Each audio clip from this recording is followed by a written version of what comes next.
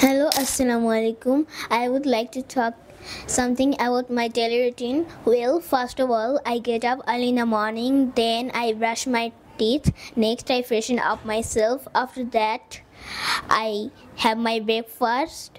Next, I get ready to go to school. Then, I go to my school. Then I complete my all classes. Next, I go to my home and watch some TV programs for an hour. After watching, I complete my all homeworks. Then I have my shower. Then next, I take my breakfast. Then I go to English master for learn some English lessons. After go back my home from English master, I take some snacks.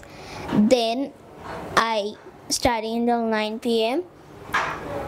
Next, I have my dinner. Finally, I go to bed and have a sound sleep. That's all about me for the timing. Thanks for your listening. আপনার সন্তানকে English শেখাতে আজই যোগাযোগ করুন English master, দক্ষিণ বনশ্রী, শাপলা building সংলগ্ন, লিফটের 3, block কে।